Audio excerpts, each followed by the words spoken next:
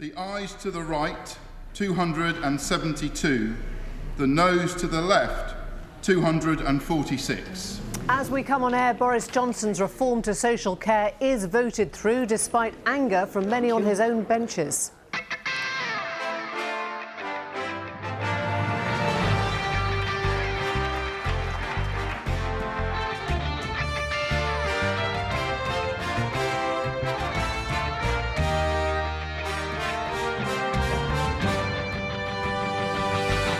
Tonight, terms and conditions apply. The PM insists his social care bill is generous, but MPs reading the fine print say it will hit the poorest hardest. We're live in Parliament as the votes are going through. Also tonight, can we ever control our borders whilst we have no proper deal with France? As the government admits just a handful of migrants were returned to the continent, we ask what can be achieved without a functioning post-Brexit relationship with our neighbours. And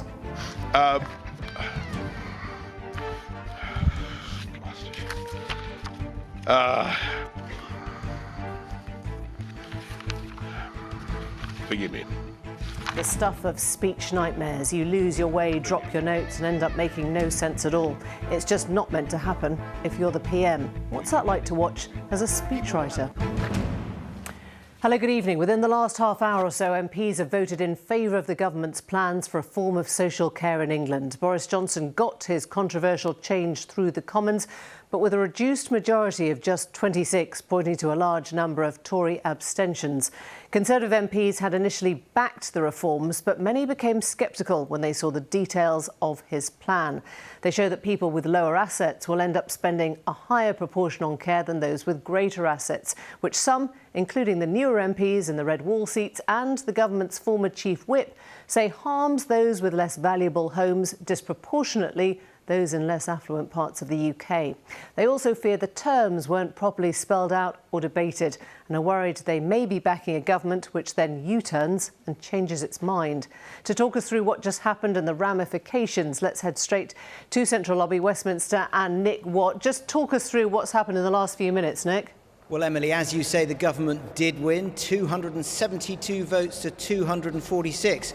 What that means is that Boris Johnson won with a majority of 26, but he has a majority of around about 80. Obviously, there's a few by-election pending, so that is a substantial cut in his majority. Now, it looks like that 86 Conservative MPs either rebelled, abstained or had permission from the whips not to be here this evening. We don't have the formal division list yet, but what the rebels are saying is that they think they had around about 15 rebels, which means that there were very many large numbers of abstentions. Boris Johnson was spotted in the members' lobby at the time of the vote, at the time of the division, which suggests he thinks that he's got his work cut out with his party.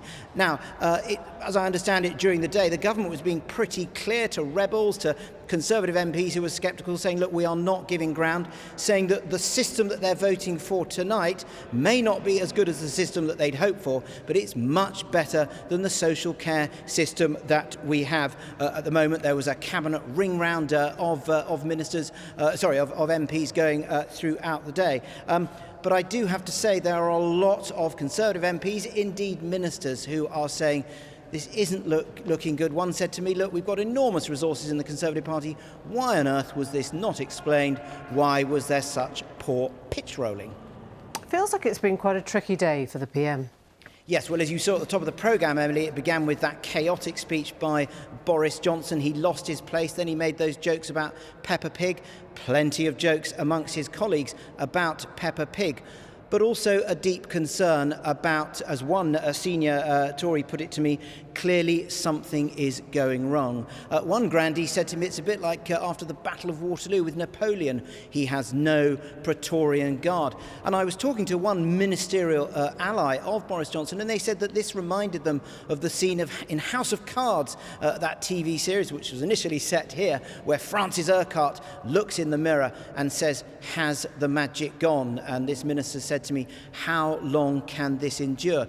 But interestingly, I was talking to another ministerial ally of Boris Johnson who's known him a long time and said, look, when he's on an upward curve, this sort of thing, you can laugh it off. Do you remember Boris Johnson on the zip wire? When he's on a downward curve, it's not so good. And this person said, look, he's high risk and he's high reward, but when he's bad, he's really bad. And what he needs is someone advising him, look, take it easy, you've had a terrible cold, don't try and cram too much into a speech.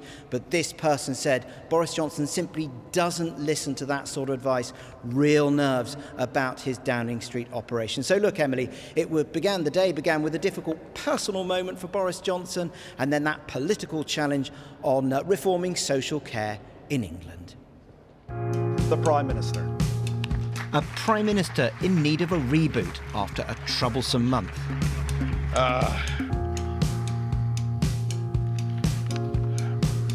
Forgive me. But a Prime Minister losing his way at the podium, raising concerns amongst colleagues back at Westminster of a Premiership losing its way. Unhelpful timing on a day when a sharp touch was needed with a rebellion brewing on social care. Tory MPs from the established One Nation wing to the new Red Wall MPs fear that people with lower assets will suffer. Their concerns focus around a new £86,000 cap, a guarantee that nobody will pay above that in care costs. Under the new plan, only the amount paid by individuals will count towards the cap. It had been assumed that means-tested support from the government would also count, ensuring that the cap would be hit earlier, and so people with lower wealth would keep more of their assets. But the plans instead mean that people in less affluent areas with lower property prices will end up having to dig deeper into a higher proportion of their assets to fund their care than those in more affluent areas. This change to the way the cap operates does make the whole policy much more focused on those with significant assets, particularly in the south of England. Somebody with a £1 million house will know they can keep more than 90% of the value of their property, but someone in a terraced house in a much smaller part of the country, say worth around £100,000, they can lose almost everything under these plans. And so a challenging afternoon for the government in the Commons, with ministers trying to allay fears. Let me remove all doubt on this issue. No one will lose from these reforms compared to the system we have now, and the overwhelming majority will win. Underpinning the reforms set out in the plan is an additional £5.4 billion over the next 3 years. This funding will end wholly unpredictable care costs and include at least £500 million to support the adult social care workforce. Tory critics kept Ed Arger on his toes. He's right to point out some of the measures he's brought forward are more generous than previously proposed, but there is no doubt that the way the cap works for those with more modest assets is less generous. Would you not agree with that? And how can that be fair? Well, I'm grateful to my honourable friend and for his intervention. I would simply take him back to the point that I made previously, that this, when compared to the current system, is a significant improvement and step forward, particularly when taken in the round with the overall package of measures. Labour believes the government is making a serious mistake. I think when we're hearing Boris Johnson talk about levelling up, it's another painful joke that we're all paying the cost for.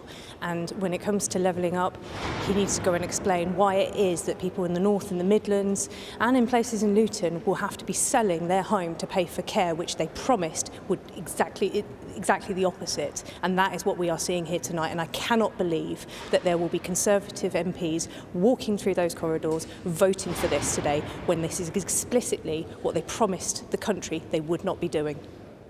This will no doubt be remembered as a day where the Monday blues really ran deep for Boris Johnson. A chaotic speech which had colleagues alternating between guffaws and despair. And then a difficult vote in Parliament which raised questions about whether this Prime Minister is living up to his rhetoric of reaching out to less affluent voters. Another awkward day for a Prime Minister who's beginning to look accident-prone. Time to show he's not lost his touch, say allies who warn that time is running out. Nick, what then? We did ask the government to speak, but they said no. We're joined by the Conservative MP Damien Green, former Deputy PM, and Alex Norris, Labour's Shadow Health Minister. Very good to have you both, and I know it's a busy time with all the votes going back and forth. To you, Damien, first of all, just tell us how you chose to vote tonight.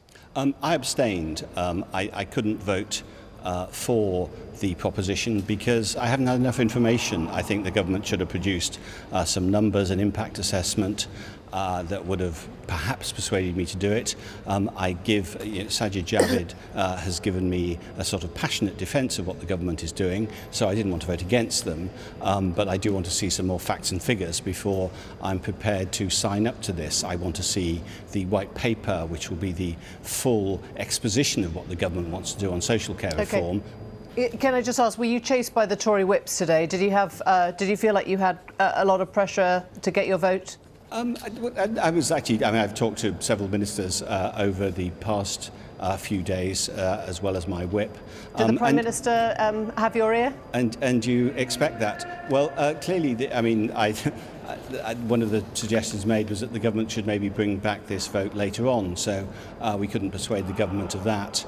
But you know, I'm happy that I think we will get the facts and figures. We will get shortly a white paper that sets out the full social care reform proposals the government has, and I hope they'll convince me. Sorry to interrupt. You're talking about the lack of debate or the lack of detail. A lot of your colleagues are saying they did get the detail and they didn't like what they saw.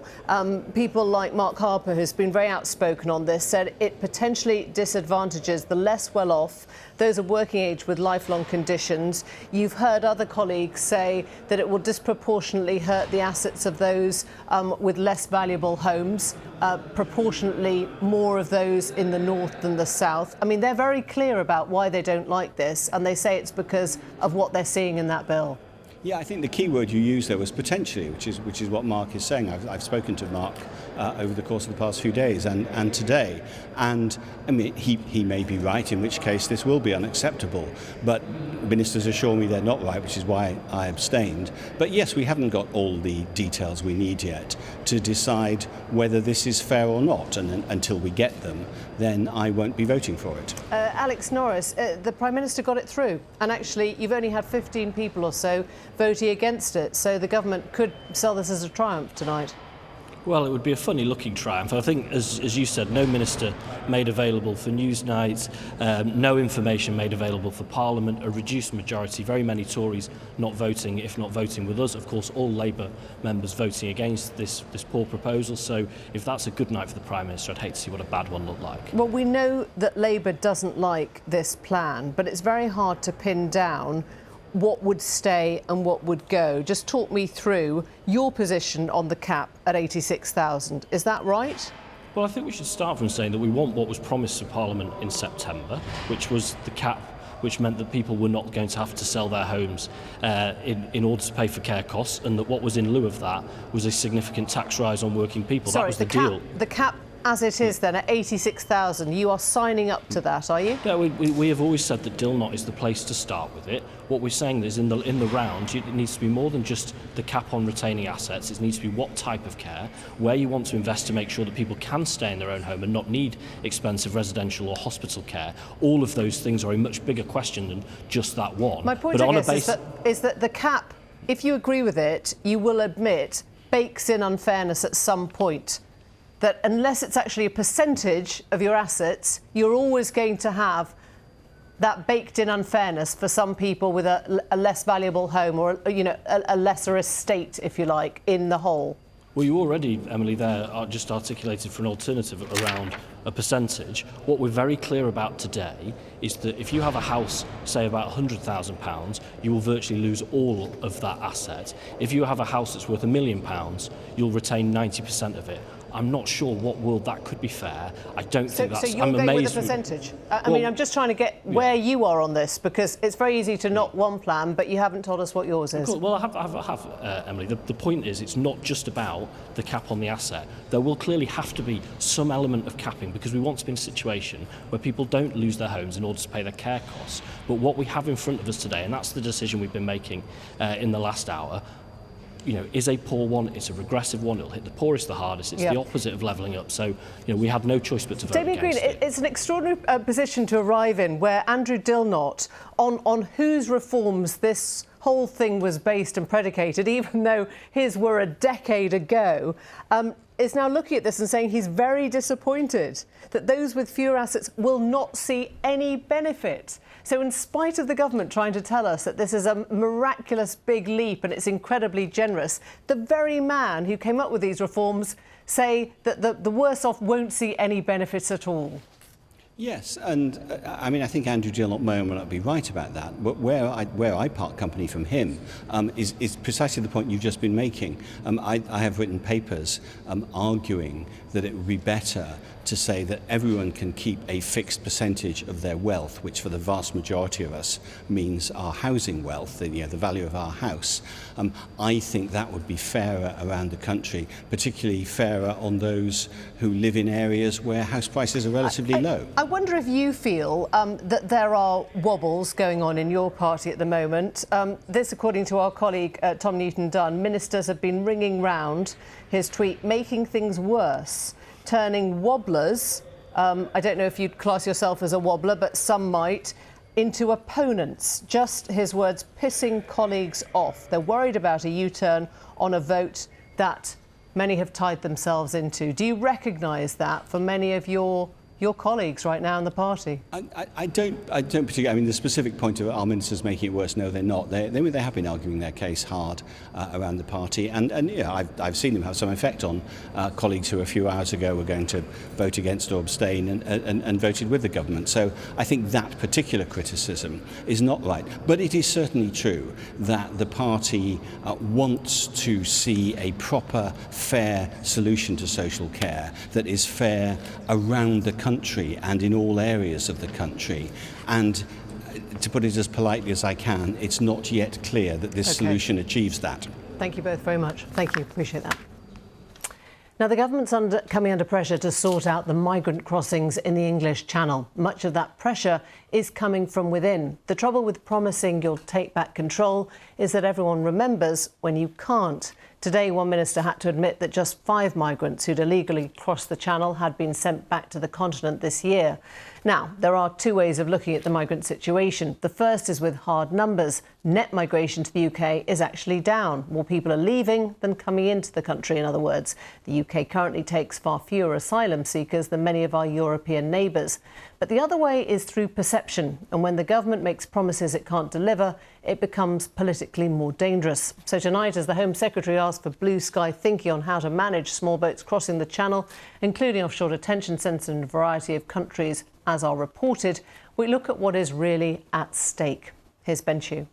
Yes, Emily, migrants crossing the English Channel in small and precarious vessels is an increasingly politically salient topic, one of the PM's most pressing priorities, we're told. But just how big a problem is it in the scheme of things? The first thing to say is that we can say the number of such crossings is undoubtedly rising rapidly. Home Office data compiled by the PA news agency shows small boat arrivals in 2021 now stand at more than 25,000. That's more than 3 times the figure for the whole of 2020, when some 8,500 people crossed over from France. This surge is putting pressure on the Border Force and Coast Guard and generating concern from some local Channel communities. It's also a major political headache for the government, since it comes despite repeated pledges from Home Secretary Priti Patel to prevent such crossings. We don't want people to take these risky journeys. These are dangerous, dangerous journeys. We have seen fatalities this year in the Channel, and we have to stop that. Boris and I have worked intensively with every institution with the responsibility to protect our borders. Border Force, the police, the National Crime Agency, maritime experts, and yes, the military, to deliver operational solutions, including new sea tactics, which we are working to implement to turn back the boats. Now, today, the Home Secretary suggested to Parliament that the only solution is wholesale reform of our asylum system. But let's return to that question regarding the scale of the problem. Most of those crossing the Channel on small boats are from states such as Syria, Iran and Afghanistan, and they claim political asylum on arrival. So given the surge in boat arrivals, one might expect UK asylum claims to be soaring too.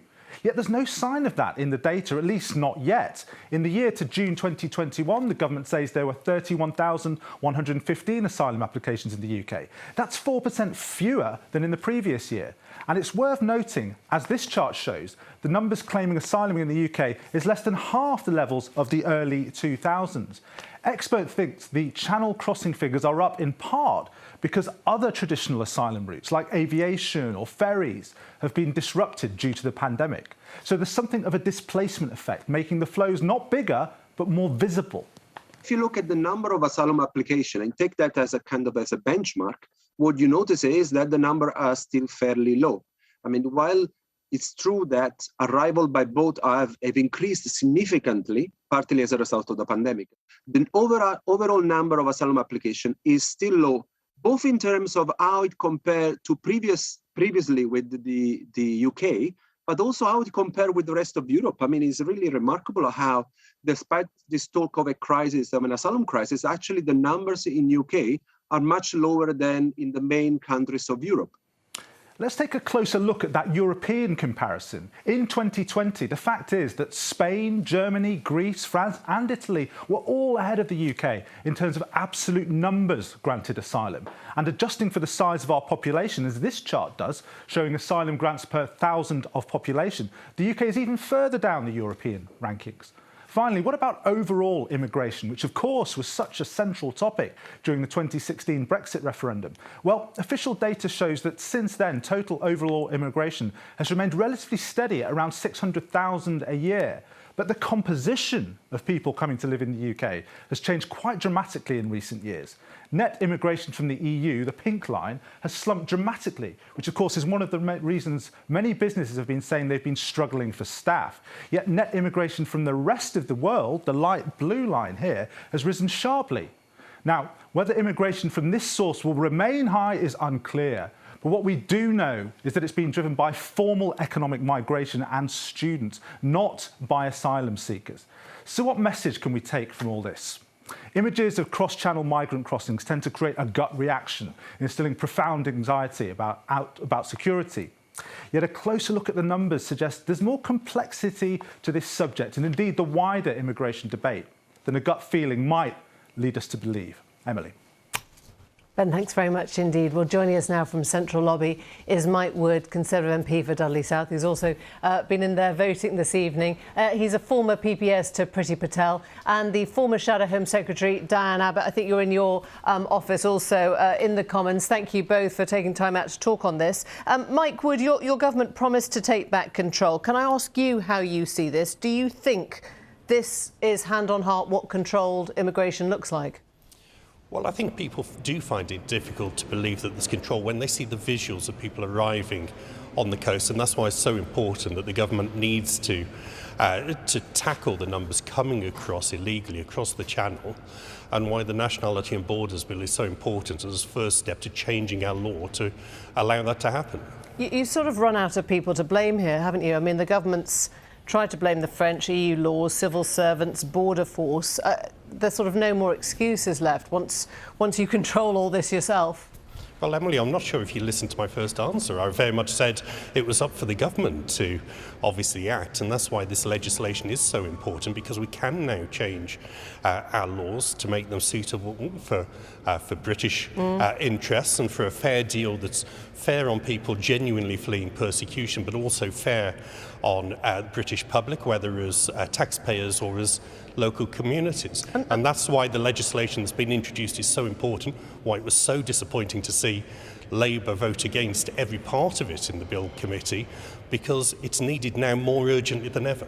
It's just, I'm just looking at it now, the Nationality and Border Bill, which says things like it will break the deadly business model of people smugglers and they could face life behind bars. I mean, honestly, is that all you've got? Presumably people smuggling is illegal already. Well, it's obviously higher penalties for people smuggling. It's about making sure the Border Force have more powers to stop and turn back boats, to search shipping containers. It's quite a lengthy piece of legislation. I think you're just reading the policy document rather than the bill. There is a lot in this bill. None of it is a magic wand. It's not a silver bullet that's going to solve the problem overnight, but all of it adds up to an end-to-end approach to immigration and asylum that frankly hasn't been done for decades. It's overdue and so badly needed. Dan Abbott, do you think it's badly needed? Does Labour think there is a problem with immigration in this country? I think that this Conservative government has a political problem, not an asylum crisis, because as you've said earlier, your colleague said earlier, the overall number of asylum claims have gone down by 4%. And the reason you see the rise in people coming over in small boats is because far fewer people are coming over on aeroplanes. And the government could do itself a favour by stopping peddling ridiculous ideas like having a wave machine in the channel, presumably to drown the small boats, or thinking that you can deport people to Afghanistan to be processed. If the government... OK, just to clarify, I don't think we haven't found any record of the Home Secretary saying anything about wave machines or actually about processing those applications in Afghanistan. Have you heard Priti Patel say that? She was certainly reported as saying that. If she didn't say that, I take it back.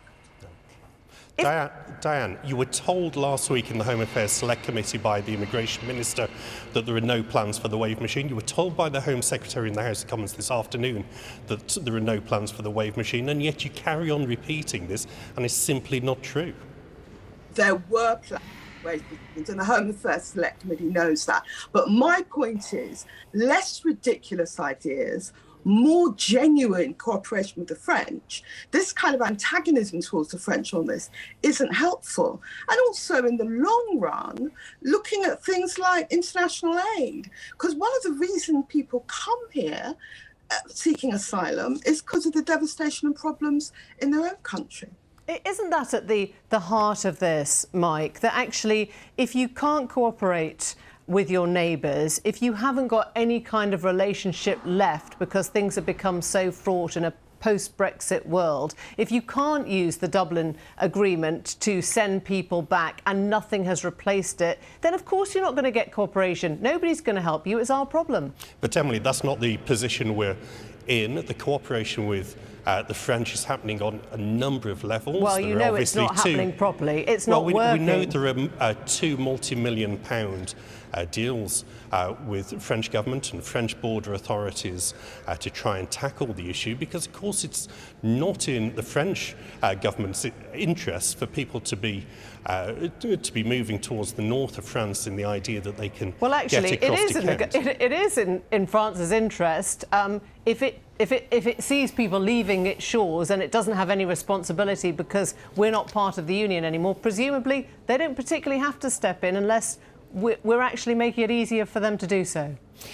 Which is what we're doing with these multi-million-pound deals. But no, it isn't in their interest because, of course, in the time that these people are travelling across France, many of them are staying there for quite a lot of time, and that's why we're seeing the French government, which, whilst I have my criticisms about some of the approaches they've taken, I think we have to be fair and say that actually they have been intervening away from the coast to try and tackle this issue.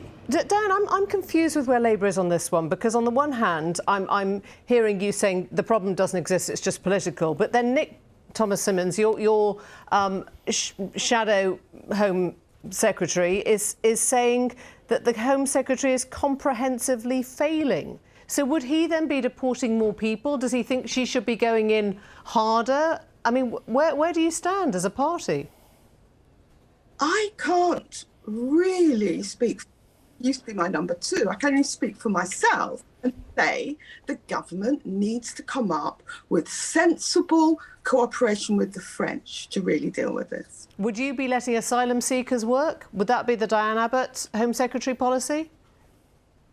I wouldn't want to outline a comprehensive asylum policy on Newsnight in 30 seconds. What I would say is this adversarial attitude towards the French and almost trying to scapegoat asylum seekers who are desperate. You wouldn't get in a small boat to cross the channel if you weren't actually desperate. Scapegoating the French, stigmatising desperate asylum seekers, it's not working. OK. Thank you both very much indeed. Thanks for joining us. And just to remind you, or to tell you, in fact, on Wednesday night we'll be in Dover. I'll be presenting from there a special edition of the programme Newsnight, looking at the migrant crisis in the English Channel. There are many ways to make a memorable speech. Boris Johnson showed us a variety of them in his address today to the CBI. He invoked Peppa Pig, made up things about the BBC, imitated a car, lost his place and apologised profusely for muddling his notes. When the Downing Street transcript emerged, the wording carefully told us it had been checked against delivery. So are we to assume the speech was pre-written, ad-libbed, forgotten or careless? And should we assume this is classic Boris Johnson, a man who's been lost and found before, or does it talk to a fundamental slipping of his political grip? Have a taste. I can tell you as a former motoring correspondent, EVs may not burble like sucking doves and they may not have that rum, rum, rah, rah that you love, but they have so much torque that they move off the lights faster than a Ferrari. So with safer streets, with great local schools, with fantastic broadband,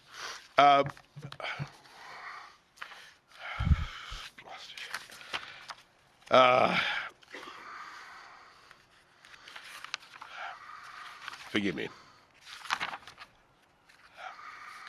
Forgive me. Yesterday I went, as we all must, to Peppa Pig World.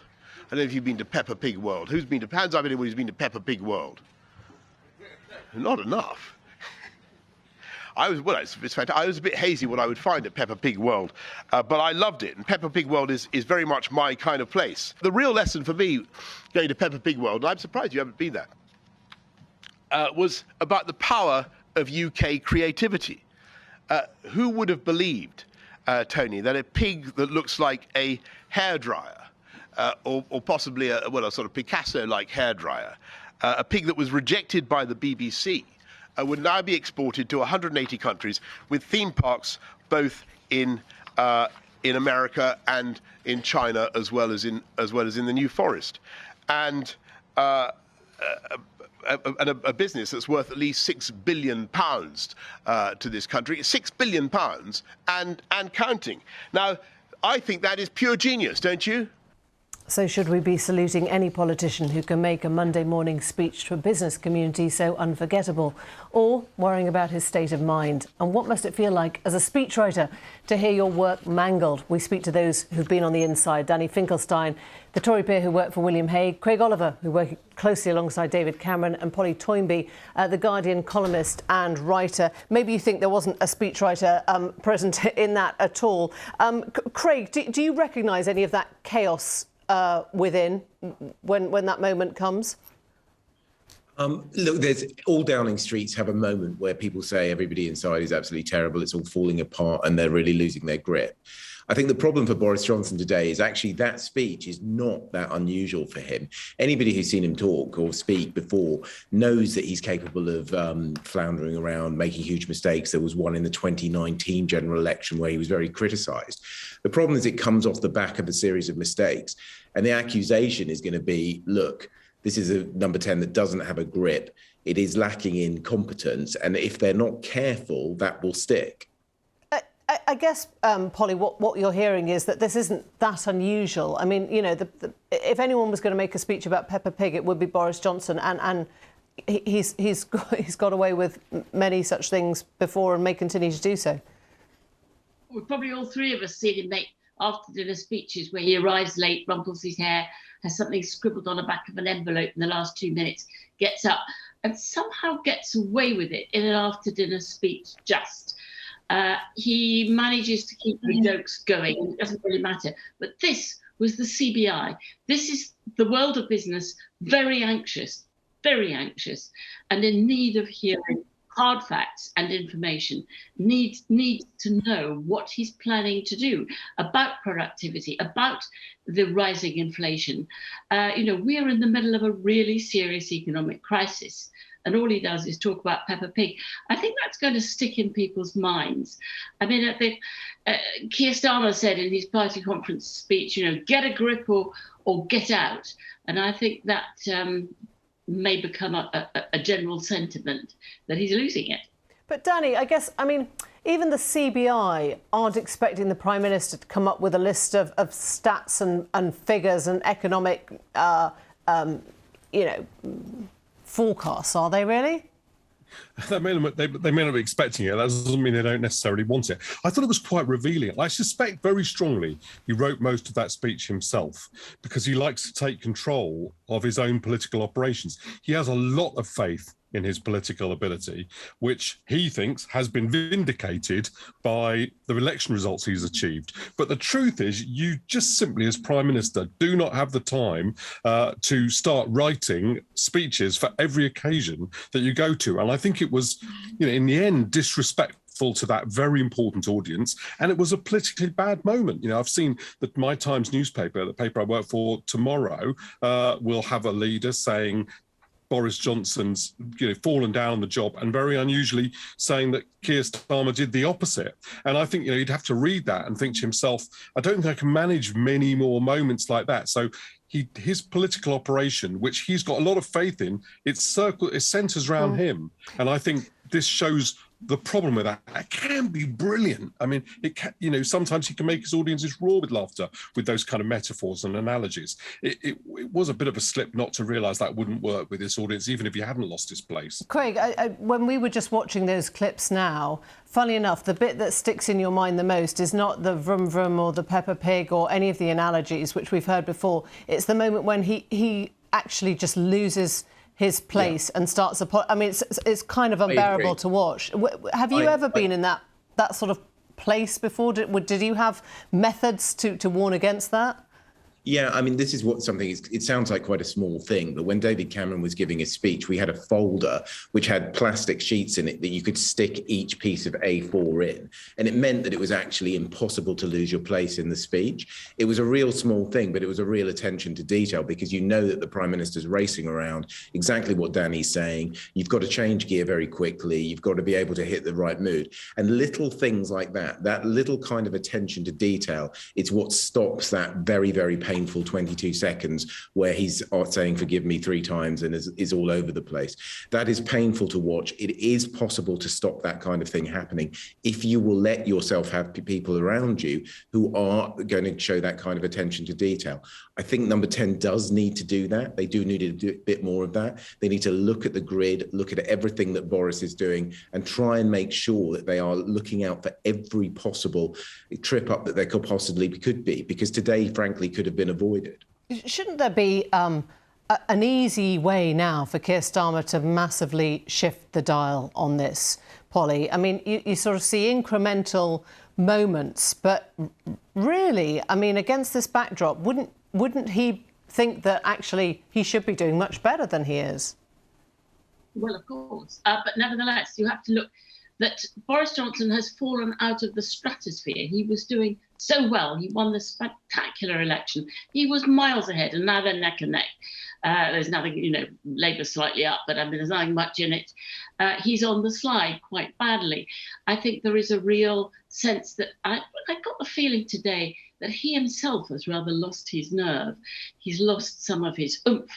I think that if you serially break every promise in your manifesto, if all of those brilliant slogans he had, take back control, he doesn't seem to be in control, levelling up, and then policy after policy doesn't level up, whether it's over northern trains and leaving out Leeds and Bradford, whether it's tonight over social care, one thing after another, we are seeing seriously broken promises. And I think that is really beginning to break through. But what really hits people is when it hits them in their pocket.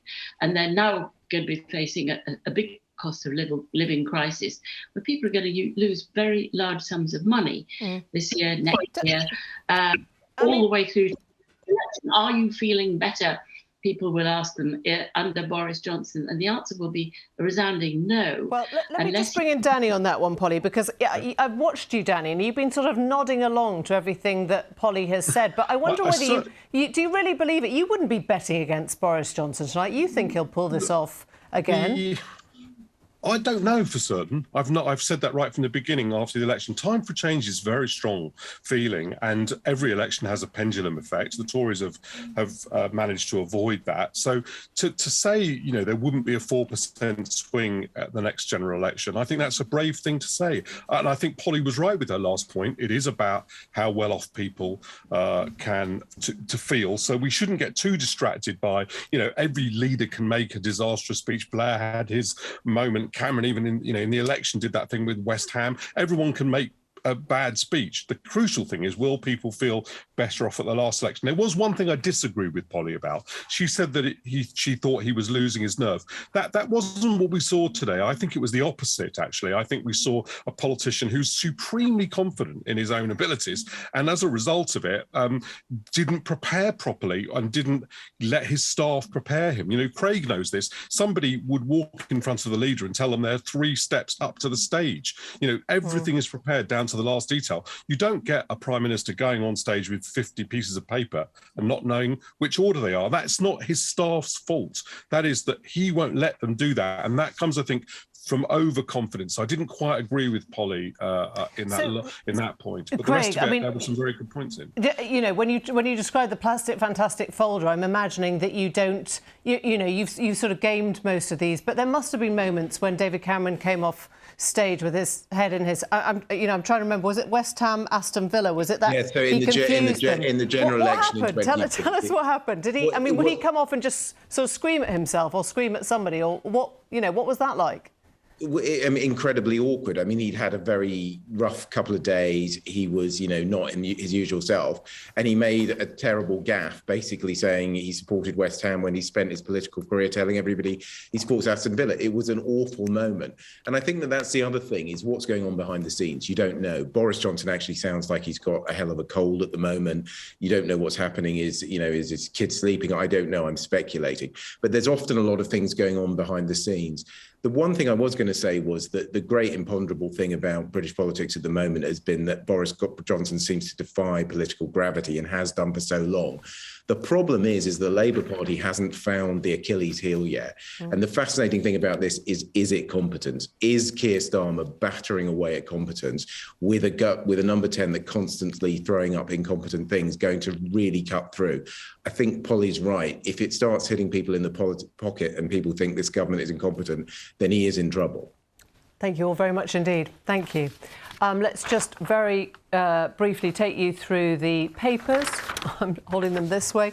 The Daily Telegraph: cut taxes or Brexit will fail. This is David Frost, Minister warning against European social model amid reports of Downing Street unrest. The Times has got a big picture of J.K. Rowling, who contacted police after 3 transgender rights activists tweeted a picture of her house in Edinburgh that revealed the address. It says that her views on the importance of biological sex have led to death threats. And the top story: the Tories turn on stumbling Johnson after chaotic Peppa Pig speech. Britain put at risk by the civil service groupthink is a vaccine czar attacking the Whitehall response to COVID. And The Independent has that speech again. Shambolic speech puts Johnson on defensive. Frustrated Tories say the botched address highlights wider problems. The Mail, last one: parole shake-up to keep the public safe. That's all from us for now, but thanks for joining us this evening. See you tomorrow. Bye-bye.